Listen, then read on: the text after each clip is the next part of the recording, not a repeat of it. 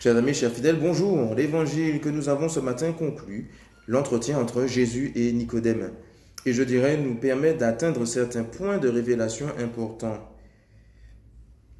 Nous sommes donc dans les versets 16 à 21 du chapitre 3 de l'évangile de Jean. Jésus dit à Nicodème, Dieu a tellement aimé le monde qu'il a donné son Fils unique, afin que quiconque croit en lui ne se perde pas, mais obtienne la vie éternelle. Car Dieu a envoyé son Fils dans le monde, non pas pour juger le monde, mais pour que par lui, le monde soit sauvé. Deux magnifiques versets qui condensent, résument, concentrent à la fois l'identité profonde de qui est Jésus et le projet de Dieu pour l'humanité. L'identité profonde de qui est Jésus, c'est le débordement du cœur du Père.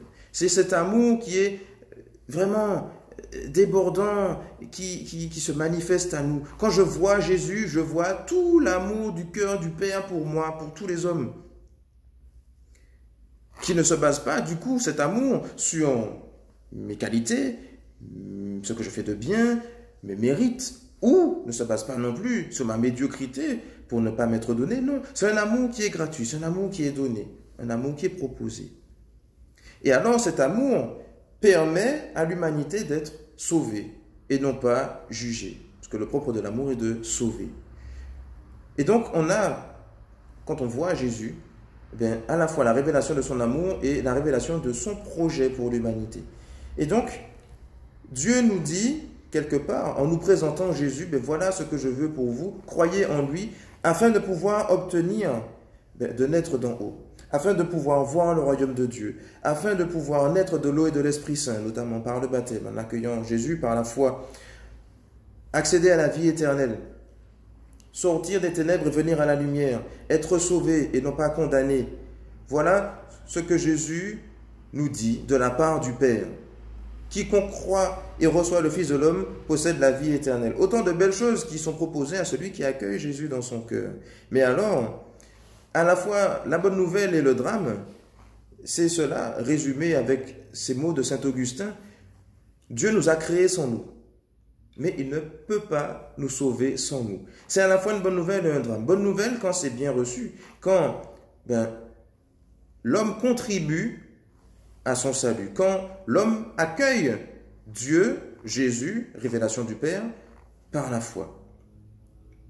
Mais alors c'est le drame quand l'homme n'utilise pas, je dirais, sa liberté pour accueillir l'amour du Père. Parce que, on en fait l'expérience, déjà dans notre propre vie, il y a bien des moments où notre liberté se tourne vers ce que Dieu veut pour nous et à d'autres moments, elle se détourne de ce que Dieu veut pour nous. Mais alors, peut-être qu'on est confronté aussi à d'autres personnes autour de nous qui, peut-être ont vu à un moment donné ou ne voient pas peut-être que Jésus veut leur apporter autant de belles choses et donc n'accordent pas leur liberté à ce que Jésus leur propose, cet amour qui est donné. Et donc, déjà, il nous faut prier pour nous, déjà, pour que notre liberté s'oriente toujours vers cet amour, pour que nous puissions choisir notre salut par l'adhésion de notre foi, par notre liberté et les actes qui s'en suivent. Et du coup aussi prier pour les autres qui ont du mal, je dirais, à se tourner vers Dieu, à ce qu'ils puissent le faire, que leur liberté donc accueille ce fruit de l'amour du Père, qui est Jésus lui-même.